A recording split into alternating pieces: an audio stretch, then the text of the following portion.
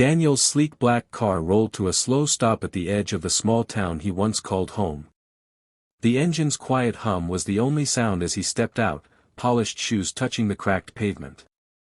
He straightened his tailored suit, expecting to be greeted with smiles, curious glances, maybe even admiration from the people who had once known the boy who left with nothing and returned with millions. But the streets were strangely quiet. The houses he remembered as lively and full of laughter now stood tired and weathered, their paint peeling, windows patched with cardboard.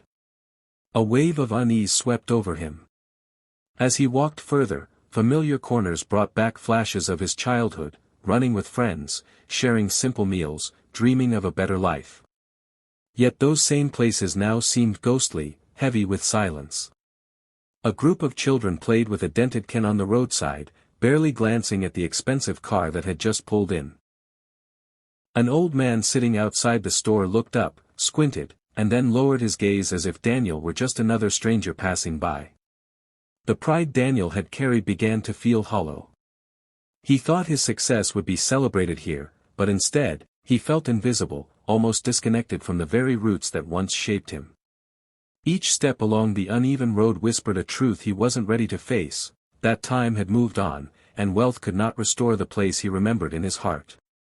Daniel's footsteps slowed as he reached the end of the road where his childhood home still stood. His chest tightened. The once bright blue walls were faded to a dull gray, the wooden fence leaned as if exhausted from holding itself up all these years. He had imagined returning to find it smaller than he remembered, but he hadn't imagined it so fragile, almost forgotten. And then, he saw her. On the porch sat Mrs. Grace, the woman who used to watch over him when his parents worked double shifts. She was older now, her back slightly hunched, her hands trembling as she stitched a torn piece of cloth. Yet, her eyes still carried that same gentle warmth he remembered. Daniel froze, uncertain if she would even recognize him. Mrs. Grace. His voice cracked, betraying the lump in his throat. She looked up, squinting at him for a moment before her face broke into a tender smile. Danny. My goodness, you've grown into such a fine man. Before he could say a word, she stood slowly and ushered him toward the porch, insisting he sit. The chair creaked under his weight as she disappeared inside, only to return with a chipped cup of tea. It's all I have, but it'll warm you, she said softly. Daniel stared at the steaming liquid, his reflection rippling in the cracked porcelain. A woman with almost nothing had welcomed him home with everything she still had to give. And in that moment, his millions felt suddenly meaningless. Daniel wrapped his hands around the warm cup, feeling the cracks against his fingers. The tea was weak, almost just tinted water, but it carried a comfort that no luxury drink had ever given him. As they sat together, memories spilled into the silence, her voice humming while she cooked, her steady hand guiding him through his homework, her laughter filling the small porch on summer nights. He finally asked the question pressing against his chest. Mrs. Grace, how did you manage all these years? She chuckled softly, shaking her head. Oh, child, life gives us enough if we learn to share it. I never had much, but I had two good hands and a heart to give. Her eyes drifted toward the street where children played with that dented can. Those little ones out there, they remind me of you. Hungry for more than just food. Hungry for someone to believe in them. I did what I could. Fed them when their parents couldn't. Taught them their letters when school was too far. Helped a few with books, even if it meant skipping my own supper. Daniel's throat tightened. He hadn't known. She had lived with so little, yet had given so much. In her quiet, uncelebrated way, Mrs. Grace had raised a generation. Some of those kids must have gone on to better lives, and yet she had never asked for recognition, never sought a reward. Daniel felt something inside him shift. His millions suddenly seemed smaller than the cracked cup in his hands. Daniel set the cup down gently, his chest heavy with emotions he could no longer hide. He looked at Mrs. Grace, her frail frame wrapped in a thin shawl, and his eyes stung with tears. She had sacrificed quietly, lived with less, yet given more than he ever had with all his wealth. For the first time in years, the weight of his success felt like shame. "You gave so much," he whispered, his voice trembling.